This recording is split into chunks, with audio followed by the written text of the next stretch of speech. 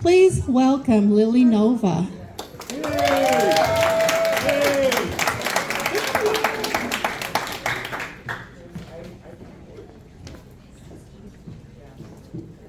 Thank you, everybody. My name is Lily Nova, and today I wanted to talk to you guys about contact.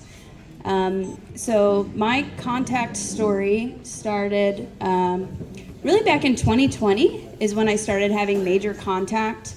Looking back on it now, I definitely feel I've had contact all my life, as I'm sure many of you guys have, and may just not remember it. We all have star families, and they've been there for us for a long time. You may have felt or sensed that at times throughout your life, or guardian angels as well. I'm going to be showing you guys a bunch of footage that is also very activating. So that's actually how I got started into this whole thing. I wasn't in the starseed community. I wasn't in the UFO community. I was open to it. I knew that there was something else out there, but I wasn't quite sure what it was. And I started off doing space photography back in 2020. But I want to share a quick story about how I got here. So Nikki reached out to me over winter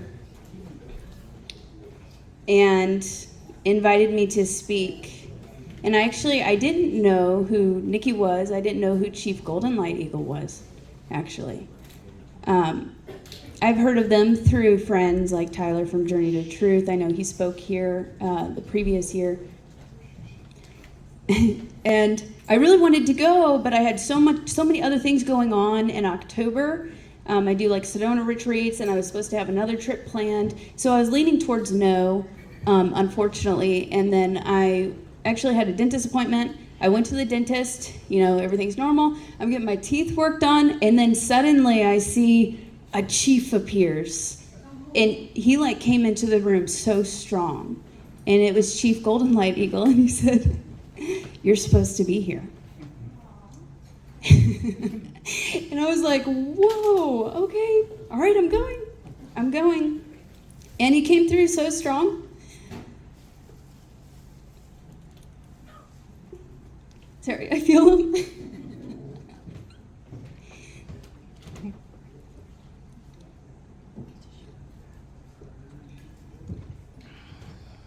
I'm sure many of you guys have had interactions with him.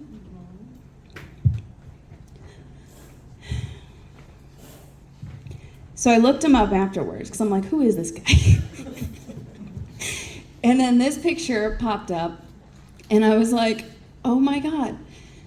So in the very beginning of my awakening journey, it started off with my dad. So my dad's now passed, but he was a really big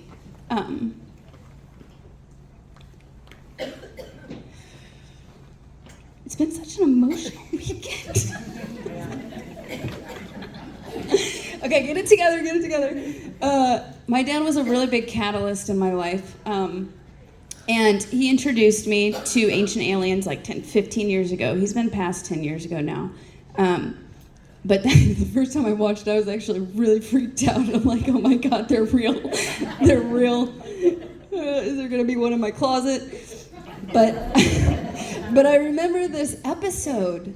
I saw this episode. I didn't watch Ancient Aliens a lot, but I saw this episode. And I remembered watching him with my dad, this exact episode. And I remember he really stuck out to me, and I felt a deep resonance with him. It just, it sparked a lot of curiosity within me. So whenever I realized that this was Chief Golden Light Eagle, I'm like, oh my goodness. So yeah, it's crazy. That was just the beginning, sparking the awakening. So it comes full circle. So that was my beginning. Starting to open my mind was my dad showing me that show, and I got into more of a deeper spiritual awakening whenever my dad passed. That was my big catalyst. And then that's when I started having contact experiences.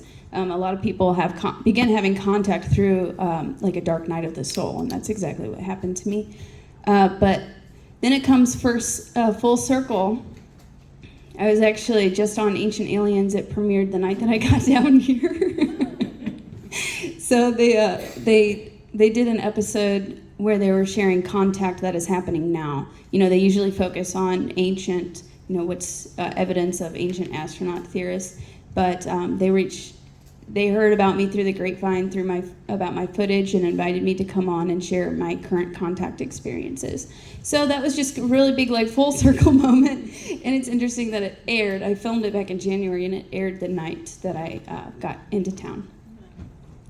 So that's why I'm here. Him. He told me I'm supposed to be here.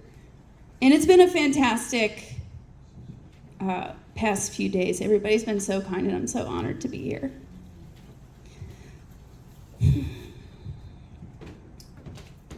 The activations have been absolutely incredible. The breath work, learning from everybody. Okay, but anyway, so back to my story, and I'll be sharing you guys some footage, and then I'll also go into tips. I saw that yesterday on the way out, and I was like, oh my God. Katie, will you get a picture?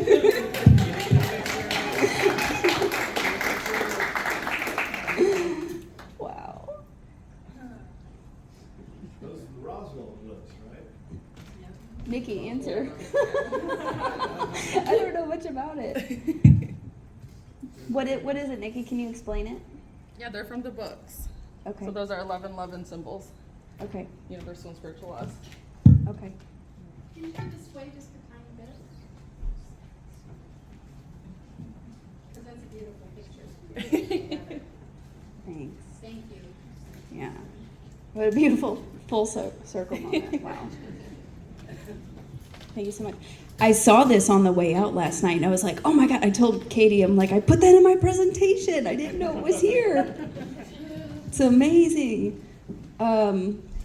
Okay, so I'm going to share a little bit of my journey, because I know there's some people know me, some people don't here, so I'm going to share a little bit of my journey and my footage again, like I said, and then also tips for how you can make contact. And it's very similar to even making contact with spirit guides. If you don't feel comfortable, like trying to call in a UFO, it's whatever you're comfortable with. But this also works for some of the tips I'll be sharing for connecting with your spirit guides. The communication is actually very, very similar. It's through telepathy, it's through consciousness, it's through the heart. So here's a photograph that I took of the Pleiades star cluster. This is just showcasing a little bit of my background, how I started off as a space photographer. I started off as a normal person. I was not seeking anything at all. This stuff just began to find me. Here's a few other of my pictures of the Milky Way. And I just fell in love with the stars. It's during COVID. There's no, everything's shut down, right? So I just spent every single night out under the stars. And like I said, I was going through kind of a dark night of the soul. So I was just healing and just amazed by the beauty of our universe. It really got me to slow down and start going within. Here's a picture that I took of the Andromeda Galaxy. Orion Nebula. And space photography is complicated. Like you need a lot of gear. You have to stack all these pictures together. It's definitely complicated. So my first UFO encounter happened November 17th, 2020. And I just went out. It was just kind of a random night. I went outside to get some fresh air before bed, and whenever I did, I looked up and immediately locked eyes with this hovering craft. And it was kind of a little bit further down into the neighborhood, just looked like a light, but it was hovering. And so I started recording it. And I'm like, wow, I think this is a UFO. I started investigating it. It didn't have any blinking lights. There was nothing else. I ruled everything else out. And I was looking up at the sky literally like 24/7 at the time. So I got to really see, what different things look like. So it wasn't anything that we had. It wasn't normal. And a second craft ended up appearing that looks like this diamond on the right side there. It was a diamond-shaped craft, and this one was much closer. It was like only a few houses down. I was looking up, bending my neck, looking at it. And then I started to kind of shake because my mind's trying to compute what I'm seeing. It was very close. I could see all of the details of it. And it seemed to read my mind, and it went up, down, side, side, and then it started coming straight for me and then disappeared right above my head. And so that was my first wake-up call, really. That's when I knew, okay, they actually they're real and they're here. And they gave me a couple months to integrate that. Then I had my second encounter, January. I was alone in an astronomy park. I would go up there to shoot space photography. I'm surrounded by cornfields. This is in Missouri. And suddenly I start getting this weird feeling like how I got the other time. Like it feels like almost you start feeling kind of like this staticky feeling, and like almost time slows down. And things become like hyper real or surreal. And that's what happened during my first encounter before the diamond craft showed up. It's like there's a shift, and it's very palpable. I'm sitting in my car by myself in the middle of the night. Suddenly I feel it, and then I feel like I'm not alone. And I look out the right window, and I see a hovering craft it kind of was hovering like a bumblebee, the way it was moving over the tree line. And then I get another feeling. I look to the left, and there's another one to the left of me out that window, and I get a feeling. I turn around, look through my back window, and there's two lights behind me that were not there. And then I sit forward, and there's lights in front of me in the tree line that are subtly moving around. And then I realize, holy shit, I'm surrounded by UFOs. So I thought that I was being sneaky. My car was off. I thought maybe they didn't know that I was there, so I just started recording them. I had my camera with me, and I'm like, well, I'm going to see what are they doing. I'm being sneaky. I'm going to investigate them, and I'm going to capture evidence of this because nobody believed me. Now I'm going to show you guys some footage. This was the lights that were in front of me. It actually emitted a beam of light, and that's a still shot from that, but I have the video.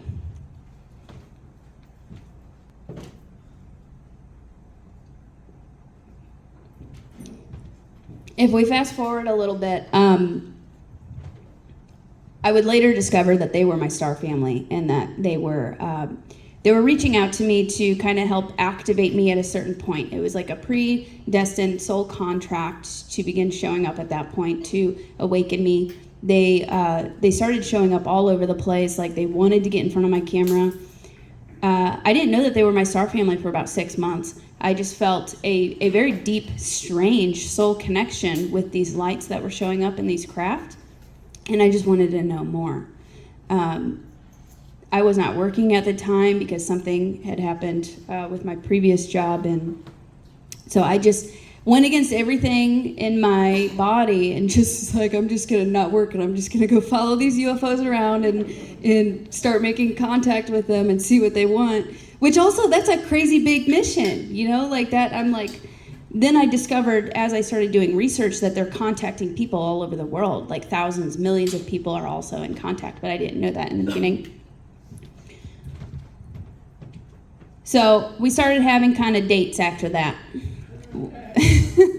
where it was kind of this mutual agreement where I would show up and set the intention to make contact with them. I would ask them to show up, and oftentimes they would appear. And then I began receiving these downloads whenever I was making contact with them or whenever they would appear. And sometimes I would feel like a shift in frequency, or my ears would start ringing, or I would have or I would feel immense love in my heart.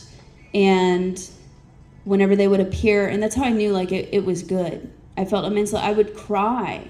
I would experience so much healing. It was really quite magical.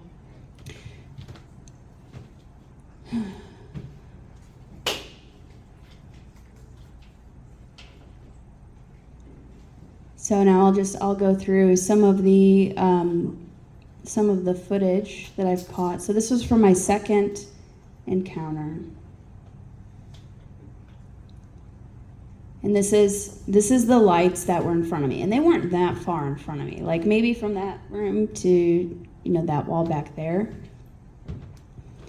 You see the hovering lights, and then watch as it emits a beam.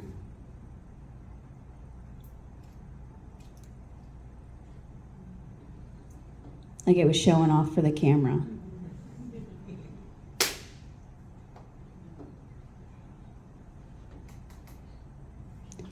And through that time, I feel like I was definitely being upgraded. I felt my consciousness expand because I sat there for hours and hours filming them. I was being upgraded and activated at that time. I just didn't quite understand what was happening yet. This is also from that night. This one was kind of weird. There's these orbs of lights came into the field next to me. So this is ground level with me. And again, I'm by myself in the middle of the night, in the middle of cornfields in Missouri. But these orbs of light came over into the field next to me, and I caught one of them splitting into two different orbs. So hopefully you guys can see it, but I'll go ahead and play this clip. They were just kind of hovering. I zoom in a little bit. And then I believe this one splits into two. Yeah, you see it split.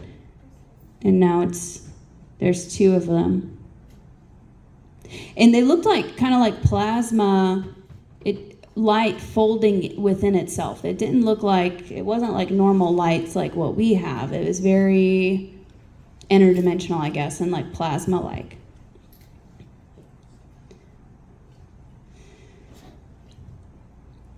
This was during a contact experience, or a CE5, I guess, if you want to call it that.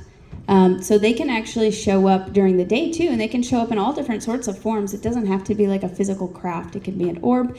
It can also be, they can communicate through light. So oftentimes, you might want to just experiment with it, but if you point your phone towards the sun and ask them to appear, you might see some light ships or things like that. So our eyes have a very limited spectrum of what we can see. We can only see about that much out of the whole spectrum. So there's a lot going on around us at all times that we just can't see. And that's what I started to discover whenever I started interacting with them and sensing them during the day. I would catch these crazy things on camera that I couldn't see with my eyes. So I kind of used the camera to see them in some of these experiences. And it's quite remarkable. Quite remarkable. So this one I call the Rubik's Cube orb. I experienced a very, very big expansion in my consciousness during this experience.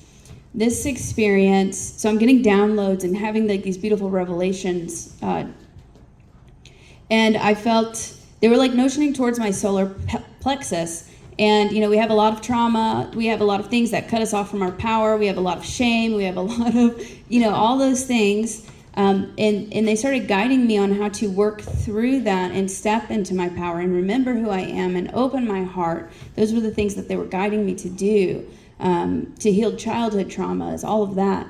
So this specific encounter was about the stepping into my power, and I felt myself expand, and I felt, instead of like cowering and being, like afraid of what people were going to think about me or afraid to be myself, because nobody believed me at the time. Now people believe me, and if they don't believe me, I don't care.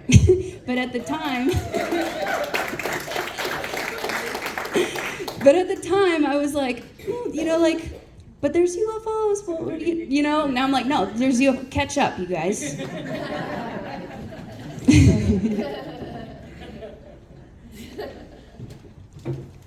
So this was one of those. This is what we were working on that day. So I call this the Rubik's Cube orb. This showed up through the light. You can see kind of this strange geometric shape that's folding within itself. And I believe that this was a ship. Actually, I'll talk about that in a second. You can see all these other orbs, though. There it was, and then I zoom in and do slow-mo.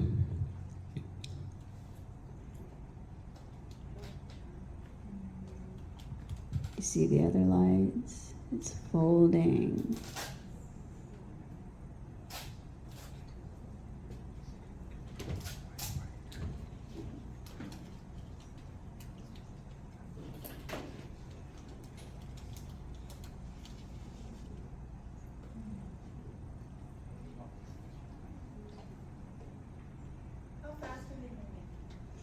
How fast? The first one was at regular speed, so let's see. This is at normal speed. Kind of fast. So I believe I've actually also caught photographs and video where I took still shot of orbs that had silhouettes in them. So I believe that they can actually project themselves into our reality, and there might be a whole ship inside of an orb. And if you zoom in it, or even maybe a city, I don't know, reality is weird. It's quite remarkable. Yeah, quite remarkable. Here's another picture. So I just got the feeling, I began meditating. They instructed me to meditate. So telepathy is beginning. Sorry if I'm kind of jumping around a little bit, but telepathy is beginning. I'm receiving these downloads. They're helping to teach me. They're like, start meditating, work with your energy centers. And at the time I was feeling them a lot. I was beginning to see them and interact with them more in meditation. And I just got the nudge to take a picture. This was an old classroom I was working on because I used to do nutrition content before I was doing UFO stuff. So I was like making like a makeshift kind of classroom. I was going to teach nutrition and cooking stuff, yada, yada, yada. But so I was taking a picture. I felt the nudge to take a picture, and later I realized, I felt them though. I felt them there. And then this appeared. And at first I thought it was a light being. But then later I would zoom in, and I actually think that it is a group of Pleiadians that you can kind of see legs and arms. And I feel like they are like holographically beginning to project themselves into the room. I can see the 7 beams on their heads as well, going up. It's exactly 7. 7. Yeah, the TV kind of blows it out a little bit, but there's also there's all rainbow colors in it. It's platinum and rainbow. You rock.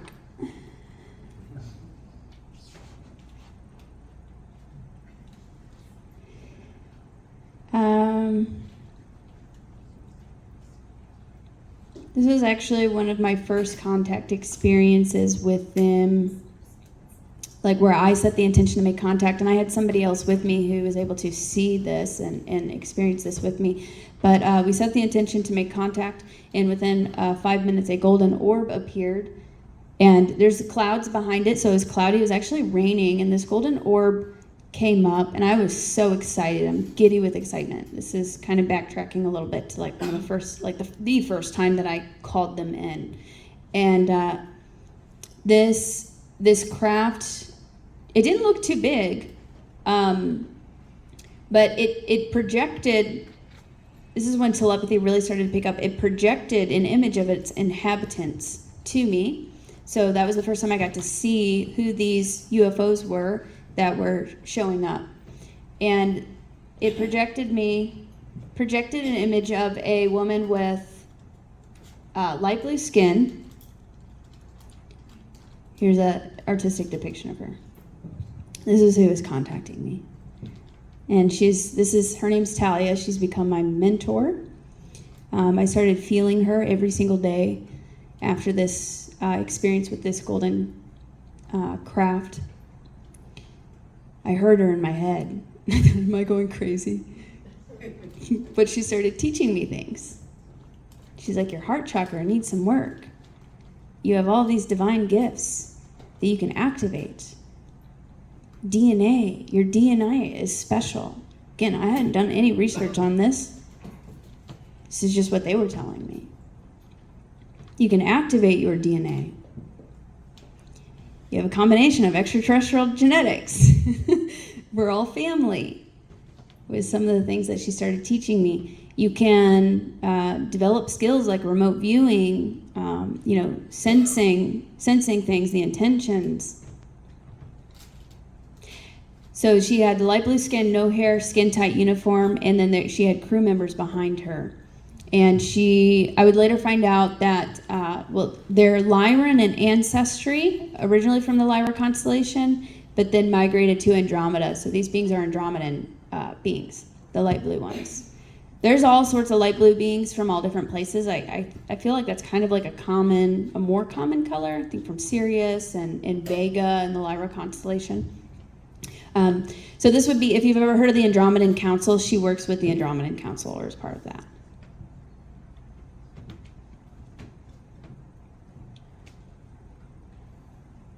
So that's Talia. And, well, actually that's, never mind. That's the ending of my book, so I won't say that in case you guys want to read it. But there's a really big twist with her. What's that? There's a big twist with her.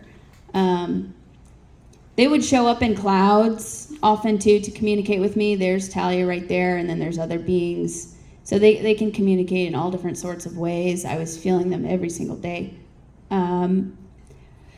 This was during a retreat in Sedona. So there's me. I'm hosting a retreat. This was back in October, and we had this really cool, I believe it was a ship projecting itself, but it's like a spherical shape while we were doing this activation. And this was back in October last year, and we were really focused on anchoring in our highest timeline and doing grid work. And this craft appeared. I've got a video of it. There it is. It hovered right above us while we were doing our meditation circle. And here's the video. It was fast, but they do another one where you slow it down, and it's really interesting the way it comes in.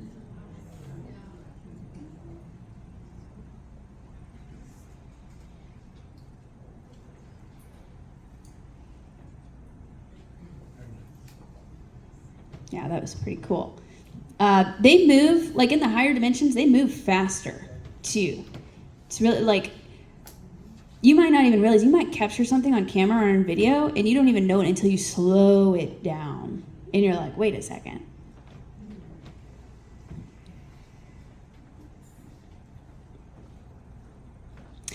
This was on the way back from Mount Shasta the year before last. I was layover in Missouri and Kansas City, and I just had this thought. I'm sitting in the plane and I'm like, I wonder where Star Family is. Where are you guys at? And then I looked out the window and I heard right here, and I made eye contact with this. This is pretty crazy. This looks like a very large rectangle craft that's kind of cloaked in the clouds. But you can see the angle, and I've got another video where you can see it a little bit better. But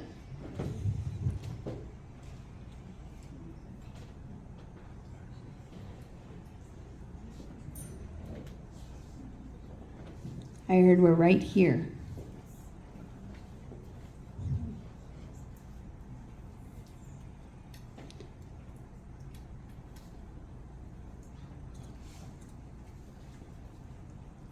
There it is with the settings changed a little bit. Just a hard 90-degree angle.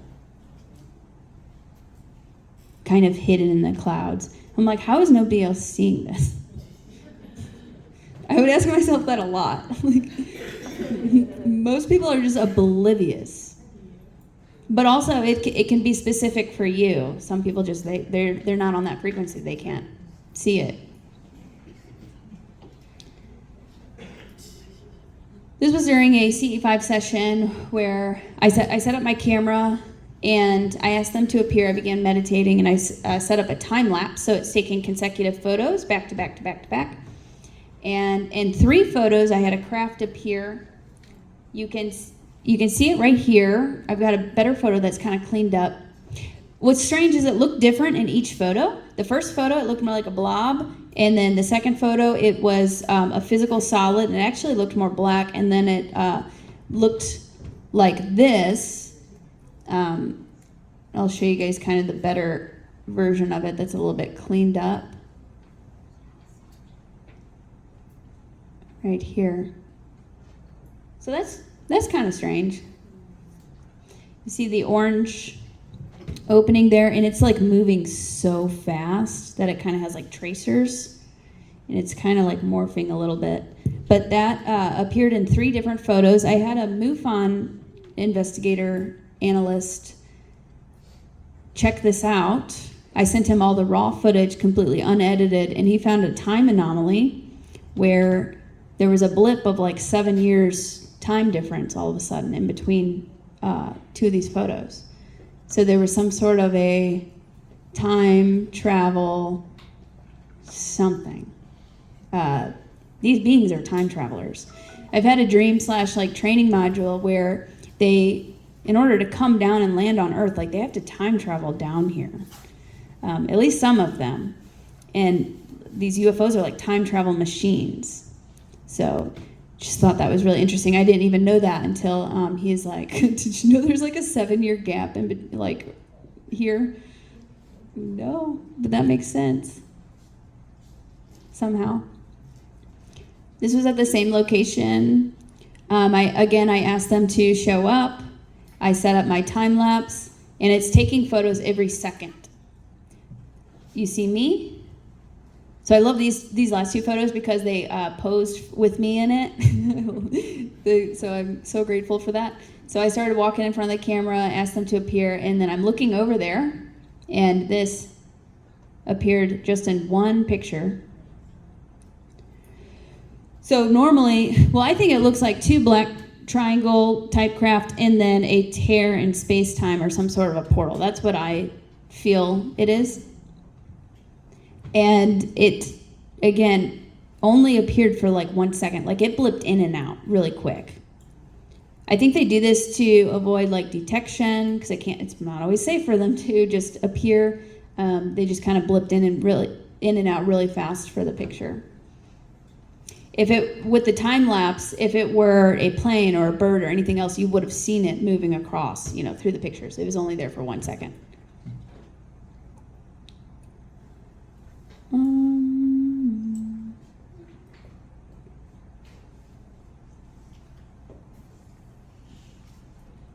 This is one from Mount Shasta.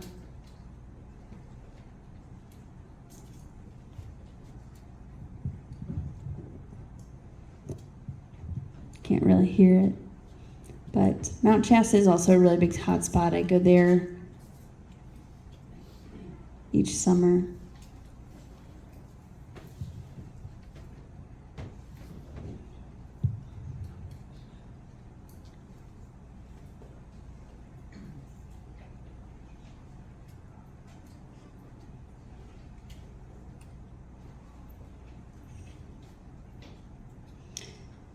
This picture, so they can show up in pictures through light, like I was saying.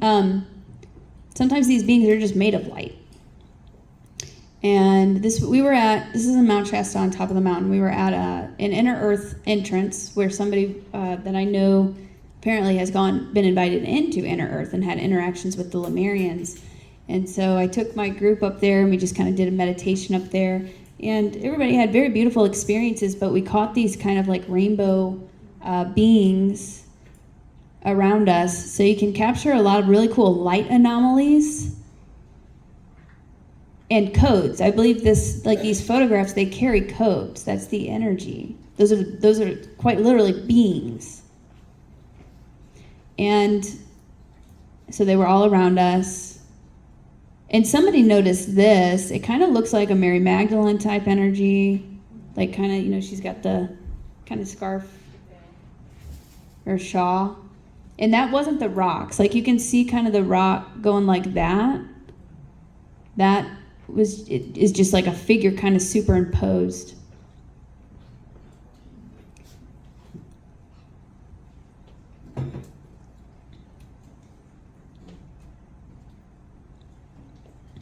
And these pictures, they can actually activate you. Here's some other cool kind of light anomalies. This was during one of my retreats. Just see the violet. This is in Sedona. The violet light.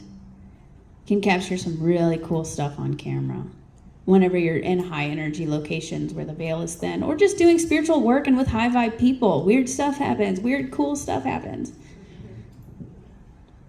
Um,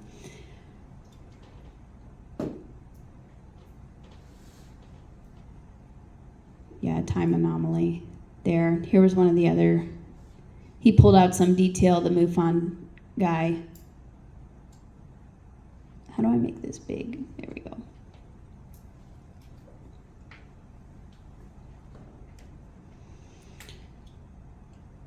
So that was, yeah, that's kind of been like the beginning of my, a big portion of my journey and kind of my role was being able to document some of this footage and provide evidence. But it's definitely evolved since then. Now I do a lot of meditations. I help people connect with their star family. This is whenever I found out that I was a starseed envoy and that these beings were my star family. And like I was saying before, they started kind of training and activating me. They taught me how to access the Akashic records. They taught me how to remote view. They taught me just how to activate psychic perception. And anybody can do these things. We all have gifts. We're all activating right now. This is all like dormant within our DNA.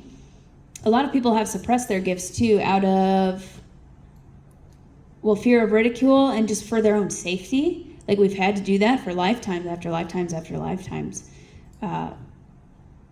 I've done sessions for people, and I've had this personally where people have been burned at the stake for being a witch in past lifetimes, for doing healing modalities, you know, like, so we've really had to like suppress ourselves. So we're starting, the phase we're in right now, we're starting to break through that, step into our power, remember who we truly are. Our star families and guides are here to assist us with that. And you can do this through meditation, through intention, through prayer. I love how much I've heard about prayer during this event because it is so powerful. Just spending some time talking to Creator, to Great Spirit, even to your star family, to your guides, asking for what you need. Incredibly important. Ask, believe, receive. Being open to receive that healing. So it starts with that and intention. We're powerful creators. They would also have me listen to frequency music. So everything's frequency. Frequency is so incredibly powerful. At that portion in my training, they were having me do 963 hertz, which coincides with the crown chakra. And I would meditate with them, and I would begin seeing all of this light coming in, all of these like sacred geometry, these light codes, this kind of packets of information that would come in through the crown chakra. You can also do different frequencies. 528 hertz, great for DNA repair. 432 hertz, heart chakra frequencies. But that was a big portion of their training, and I would just practice with that every single day, with an intention in mind. So any of you can do that with any intention that you have, any goal that you have. If you want to heal yourself, if you want to activate some gift or ability, just setting some time each day and doing it and practicing it. It just takes some consistency and practice. Frequency can help. Hanging out with high vibe people, going to events like this can help. So I began experiencing profound healings, transformations, and activations daily while working with them. And then at that point, you get kind of addicted to it because you're like, this is freaking awesome. I've always been on a very personal development type journey too. Like I've always been a deep seeker and just becoming my highest potential. So I'll share some of the beings that I've interacted with, and then I'll give you guys some tips for contact. These are the Lyran beings, feline beings. I know it's the first time I saw one, I was like, what the heck, am I going crazy? But they're real. Thundercats are real. And a lot of people have connections with these beings. So some of them do, they look like lions or like jaguar, but they're humanoid, and they come from the Lyra constellation. They are actually, I'm hearing like royal bloodline. We have some of their genetics actually in us today. So they're the original humanoid species in our galaxy, and then there was a war that happened, Draco-Reptilian Lyran War, if you guys are aware of that, and that scattered the Lyrans throughout the galaxy. So they went to different places like the Pleiades, Sirius, Andromeda constellation, all different places and then they began evolving separately through that. There's other sorts of lyrans too, like the blue lyrans and more humanoid lyrans as well. And those are basically like our ancestors. These are the Pleiadians. A lot of people have contact with the Pleiadians. Most starseeds here have connections with the Pleiadians. And yeah, they often look like Nordic. They're like a little bit bigger. I had a dream/training module, the dream where they landed, and they I saw them time travel down here to land, and whenever they landed and got out, they were probably 7 feet around. They were taller, but their bones were also just a little bit bigger. And then they were beautiful. They all look like models. But yeah, so a lot of us have contact with them. We're closely related with them. Andromedan Galaxy is another one that people, that you might originate from. You might have connections with the Andromeda Galaxy. I've seen this in doing some of my readings where some people have come over to Lyra from the Andromeda Galaxy.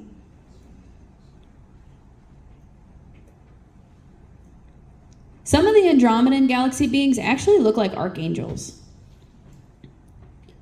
So I find that pretty interesting. Very, very high vibrational beings. The ones on the right is a representation of another group of beings that I've met that are from Andromeda. I mean, can you just feel the energy through the picture? They're pretty interesting, just very vast and wise. Sirius, a lot of us have connections with Sirius as well, and there's all different types of beings from Sirius. Some of them have some of them look a little bit more Nordic, and they'll have bigger eyes than us.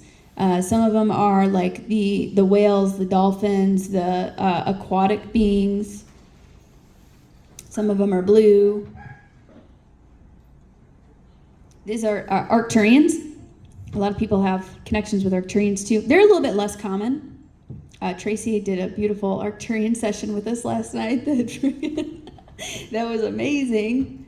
I love working with the Arcturians. I really do. They're fantastic healers.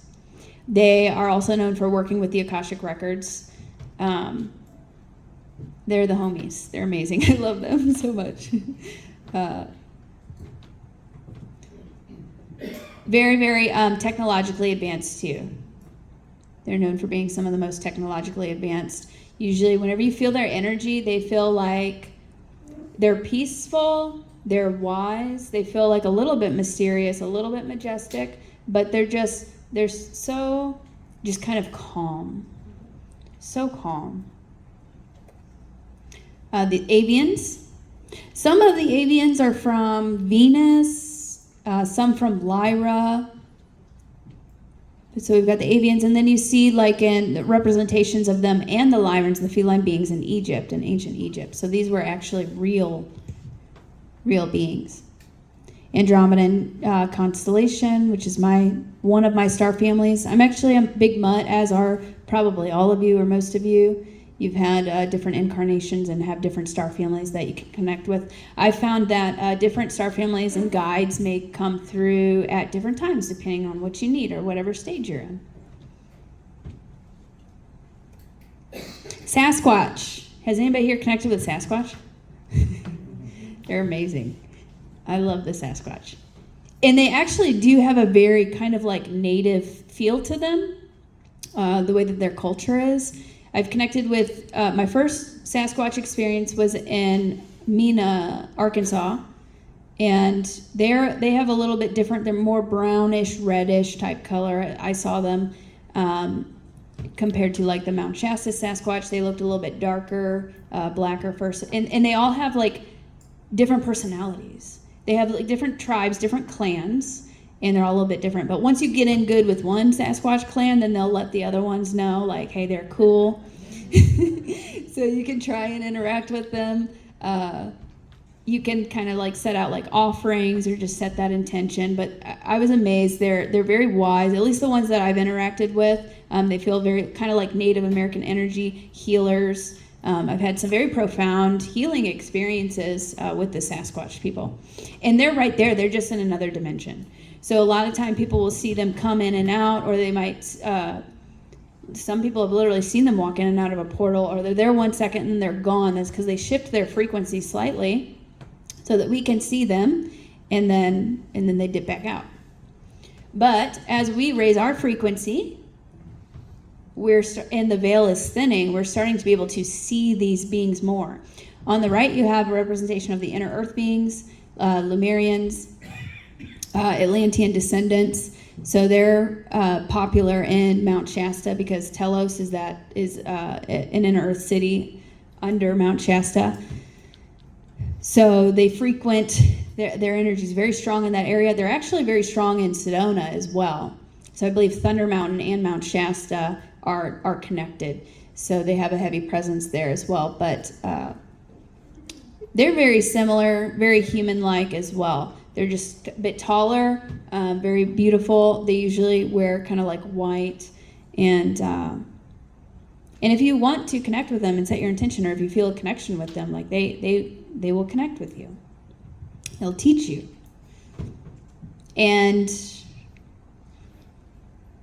yeah, as you practice with this, you can start to be able to see them more. Like, first it started coming to me as like visions. I would see the craft, but then I would see visions of them with my eyes closed. And as I practiced more and, worked on detoxing my body and regularly meditating and consciously raising my frequency, I started to develop the ability to see them with my eyes open.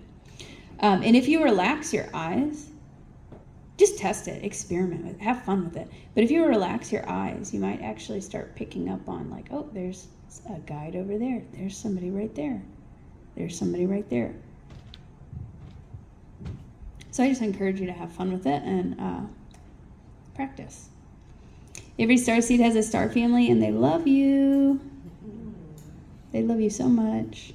It's such a pure feeling of love, connecting with them or connecting with Source, connecting with your guides. Like it's such a powerful, unconditional love that we're not used to receiving very often on Earth, because Earth is pretty dense.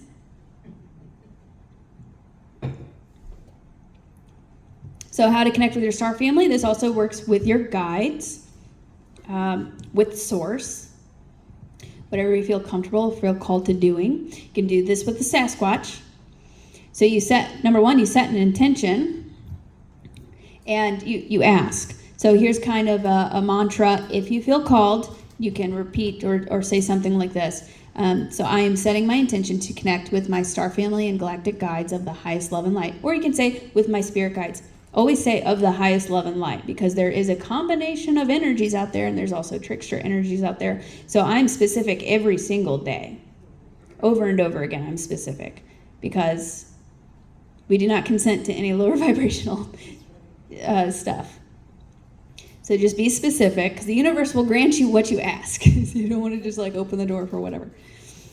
And you can say something like, I ask for assistance for my ascension and remembering who I truly am. I ask for assistance in activating my starseed DNA and in raising my vibration, the vibration of the planet for the highest good of all. You can ask for assistance with healing something. You can ask for assistance with developing your gifts. Whatever you feel called to do.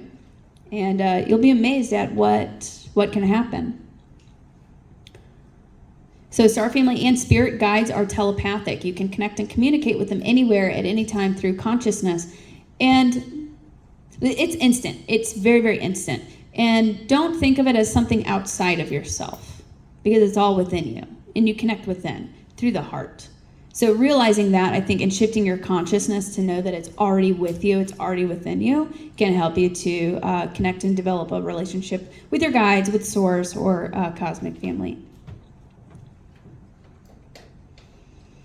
So 3 ways ETs may be communicating with you and you don't even know it. And this could be spirit guides, angels, too. Communicate the same way. Signs and synchronicities like numbers, They would manipulate the clouds and put like hearts in the clouds and other sorts of signs for me. I would see like a lion in the clouds, and in the beginning of my journal, I'm like, oh my God, the lions are talking to me. Or seeing like deer, owl, cardinals, different types of animals. So signs and synchronicities, they can manipulate, and spirit. It's all quantum. We're all one. Everything's all connected. So they can manipulate reality in that way to show you. So pay attention to the signs and synchronicities. Dreams in the astral realm is another big way that you can receive communication through your guides, from source, from the star people. It's easy. They can. It's just easier for you to connect in that state. So you can even ask if you feel called to receive a sign in your dreams. Set that intention before bed. I've asked if I could see my star family in my dreams. I've seen them a couple times. I've seen a spaceship in my dream a couple times. Or to receive a message or something in your dreams, and just play around with that intention. Another way that they may be communicating with you and you don't realize it is through sudden ideas, inspiration, knowledge, or downloads. So a lot of the time, especially whenever we get into like a creative flow state, we're channeling a higher stream of consciousness. And that's a great way to raise your vibration and receive, just have like these aha moments or these revelations. So a lot of the time that can be coming from your higher self, from source, even galactic guides. They might give you an idea, I'm going to turn right here today instead, and then something happens. You know, it's endless, really. They also cloak in the clouds often, so keep an eye out for that, the spaceships. Keep an eye out for suspicious looking clouds.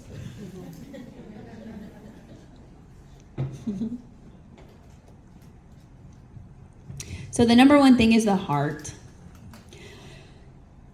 This will help you to be able to hear them. In the beginning of my journey, I was getting all these signs, I was seeing all these ships, and I'm like, I didn't know who the beings were yet. And I'm like, I'm trying to communicate with them, but I wasn't quite understanding what they wanted from me and what was going on. My friend took me to a psychic, and at the time I'm also starting to learn about spirit guides and how to communicate with the universe and all of that. And she said, the psychic said, they're trying to communicate with you, but you have to open your heart to let them in. And we're like so closed off and so guarded, and your heart's really the portal. That's the key to everything. That's one of the main things that they tell me over and over and over again, is your heart is the key. It is your interdimensional highway. It is your portal. It's how you connect with your higher self, with great spirit, is through the heart space. I felt so many amazing heart activations just being here with you guys and through the different exercise that we've been doing. And I'm impressed. Like, you guys have been receiving some amazing downloads and communications and experiences. And you do that through the heart, whenever your heart's open. And that raises your frequency, of course. So frequency, it's like tuning the dial, right? The radio station. So which radio station do you want to tune into? And these beings are very similar. They're a different frequency.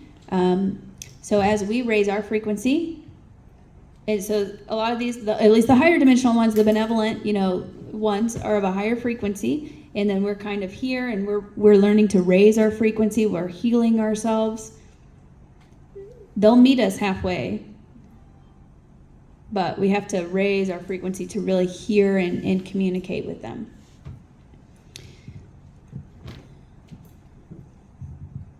Tips to connect, and again, this can go for star people, for spirit guides, for spirit, being grounded and open to perceive, whatever way it will come through.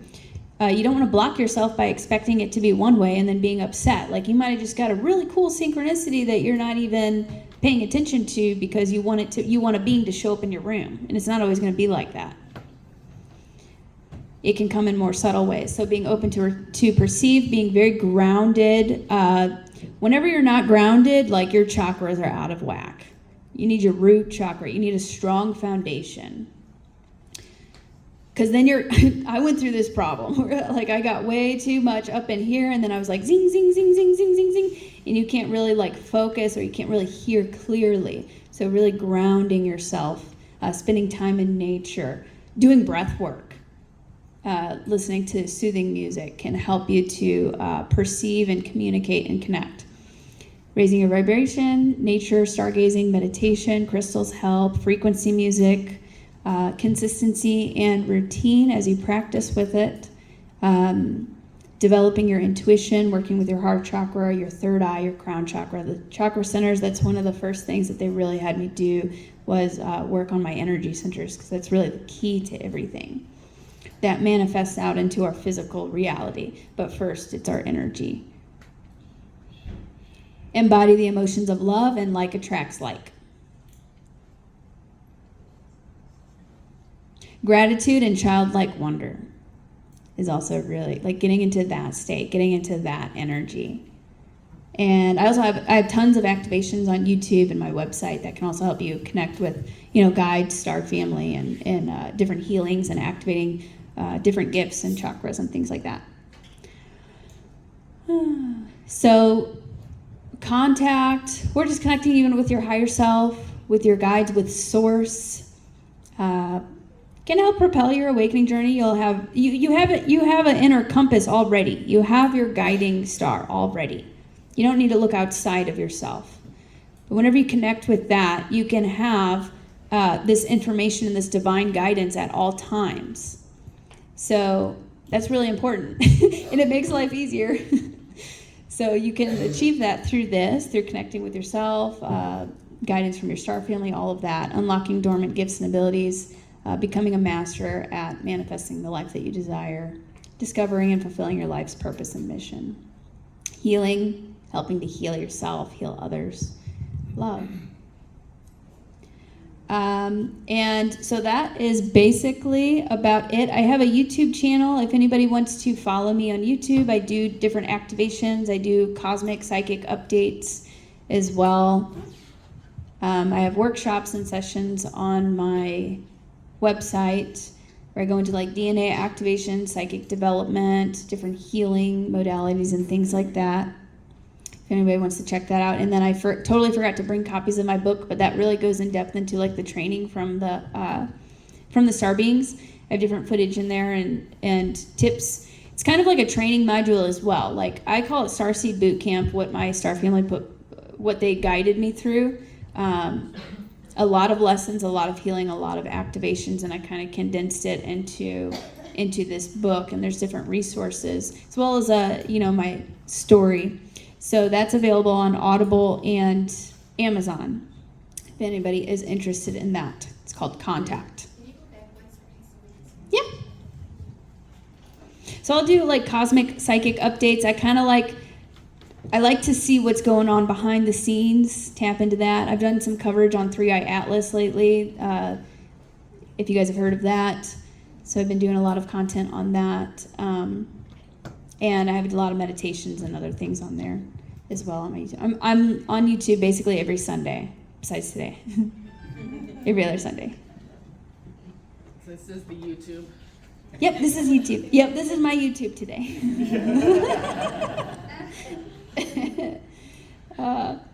And yeah, that's okay. That was basically like perfect timing. Does anybody have any questions?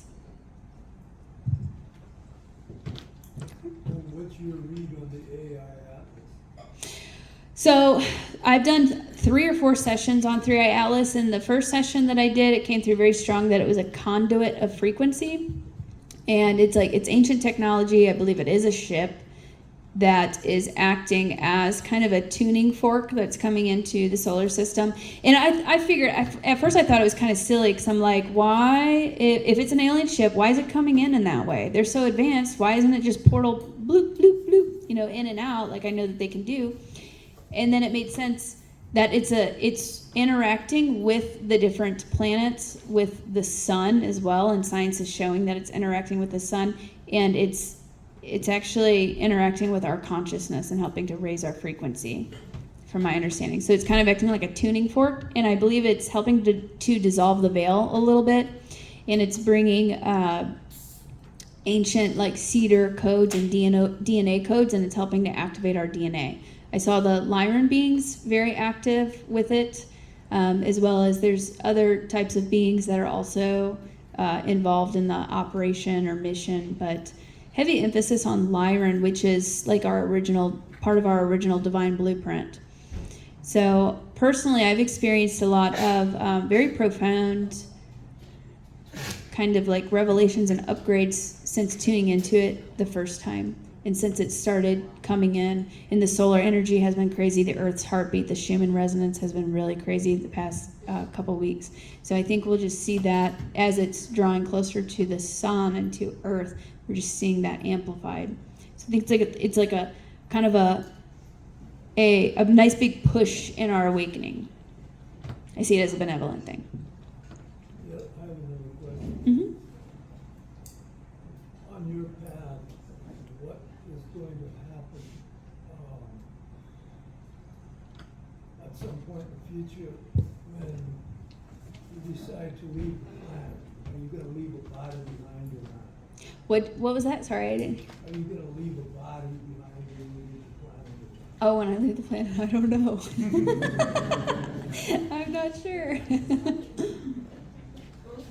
You know, I've heard that a lot of us are actually, I don't know exactly how this works, but our original bodies are in pods, or galactic bodies, and then we're incarnated here into this human avatar. Does anybody else have any questions? Go for it. Do you have any sense of when more open contact?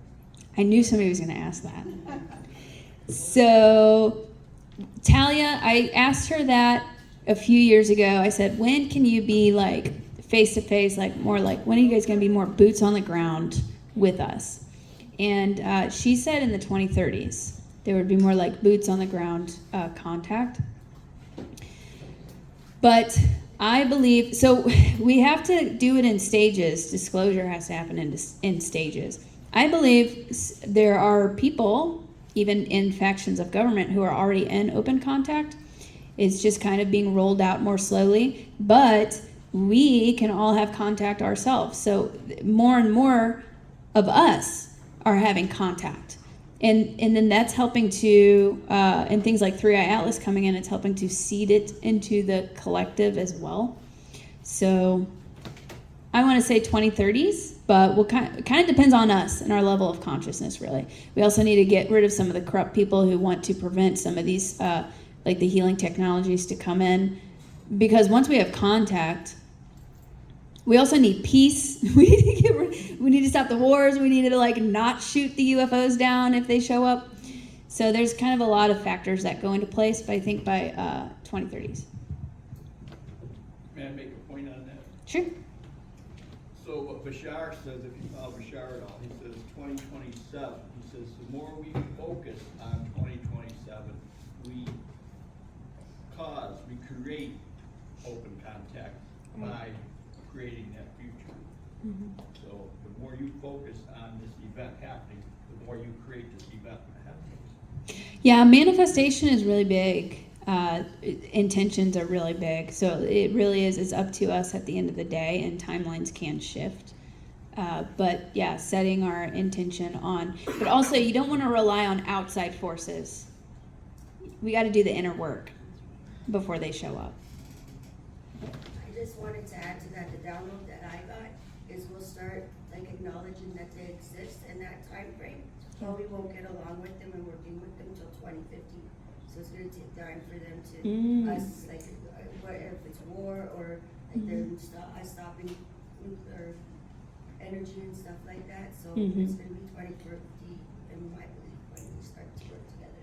That's interesting. Yeah, and I mean, there's different levels of contact. Like contact could be okay. Like the first extraterrestrial has met with the president or whatever, like openly, or is it like we're like literally working side by side with aliens? Like there's so many different kind of like levels of that.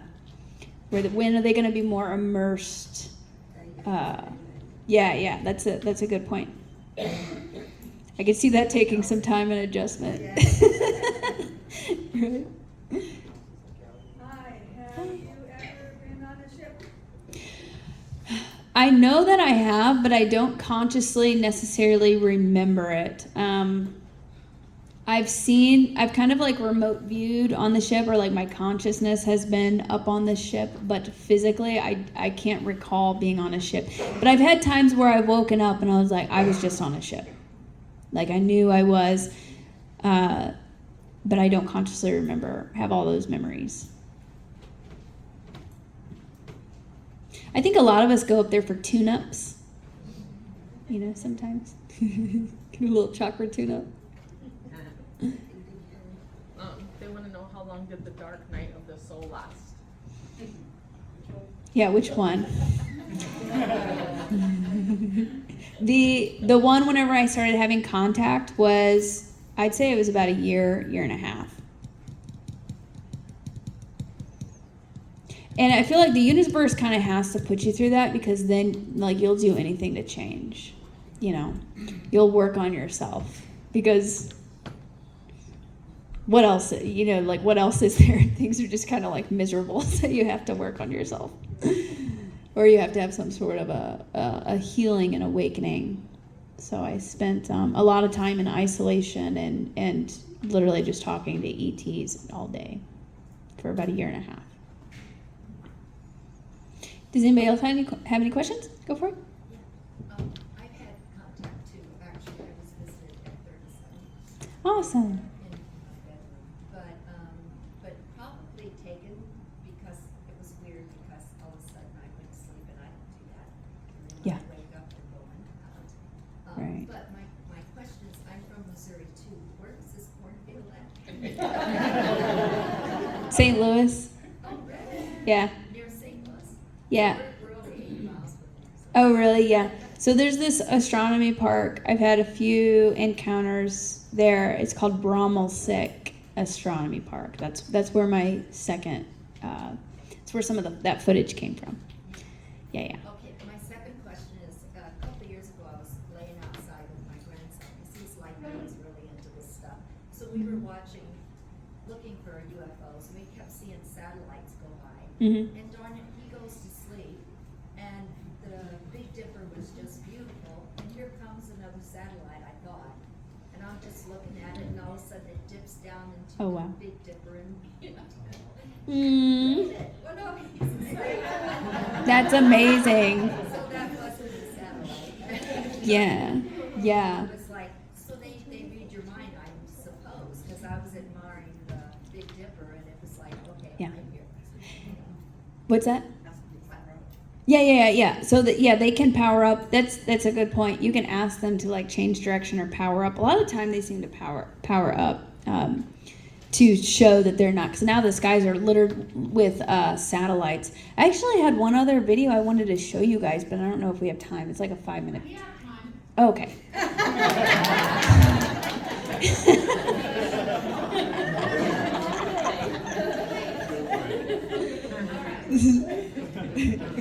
Did anybody have any questions? Any other questions go for it? What does Halia want us to work on collectively? What's the most important thing for us to be doing right now as humans?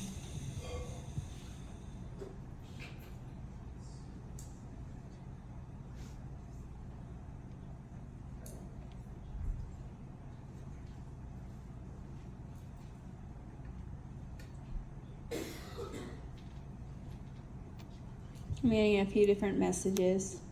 So the heart obviously came, just being in that heart place as much as possible. It really is. It's going to ripple out and affect everybody. So that is the main priority. Then they were showing me to be kind to yourselves, to nurture yourselves. And then I saw wings, like angel wings, coming out of the back. So then the other side to that is stepping into your power and remembering who you truly are. So those are the main focuses.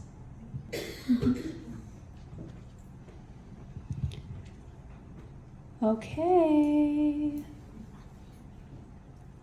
So is there any way to get the volume?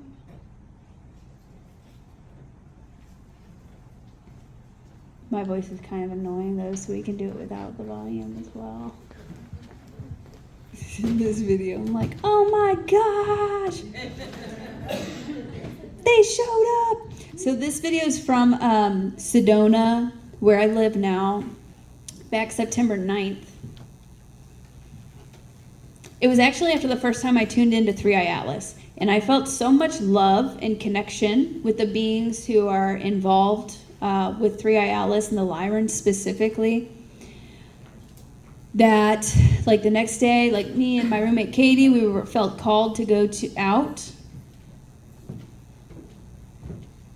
Do you think it'll work? No, we need the audio cue, so the HDMI that would play through the TV, not through the speakers. Yeah, I could hear it through that, but it wasn't super loud.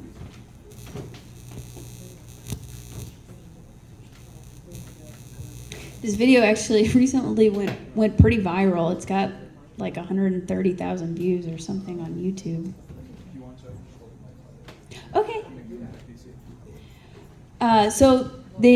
So we went to this spot. It's a really big paranormal hotspot called Bradshaw Ranch in Sedona. Technically, you're not supposed to be there, I don't think, but we just go there sometimes, and it's a pretty big. I thought they were fucking with me whenever they said, get your camera ready. I was like, okay. So they told me to get my camera ready, and then this fleet appears.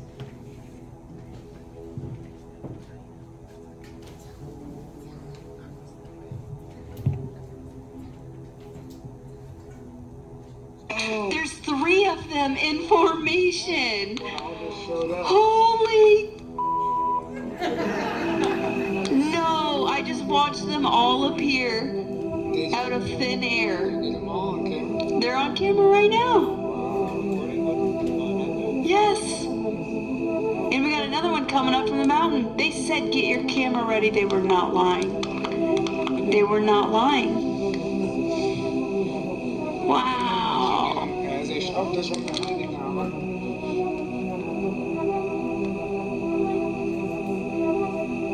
There's one coming. Whoa, what's happening? Two down the road. They were going all different heights, speeds, So the airtime just keeps happening. Yeah. Like they just keep coming. It's just freaking spaceport. It's in your program, spaceport, portal, whatever you want to call it. A triangle formation. And I watched them appear. Oh my God, they said it. They said, get your camera ready.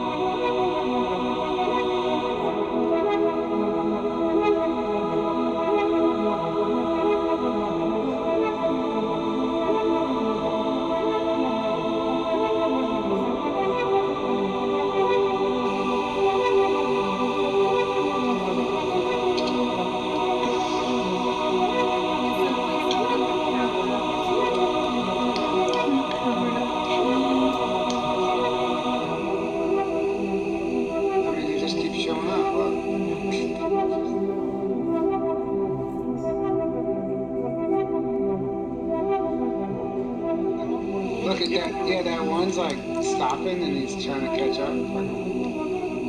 They're gonna connect.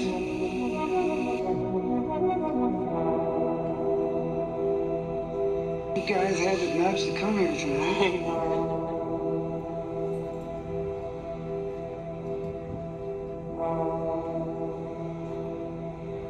We got another triangle formation. No, there's spot 4. Wow, look at that. Whoa! Oh my gosh, look at all those lights. That is amazing. Whoa! Whoa! That is amazing. They're just. Oh my gosh! They literally are. Wow! Yeah. I mean, I'm impressed. Wow! They said they would show up. They said it. They did. Wow. That one disappeared, and then here comes another one.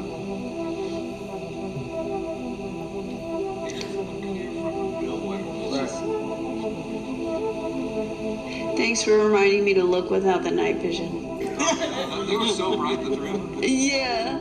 Yeah, whenever I looked away, I was like, oh my god! No, like, it's cool in the night vision, but holy, that was crazy and real, like, with just the eyes.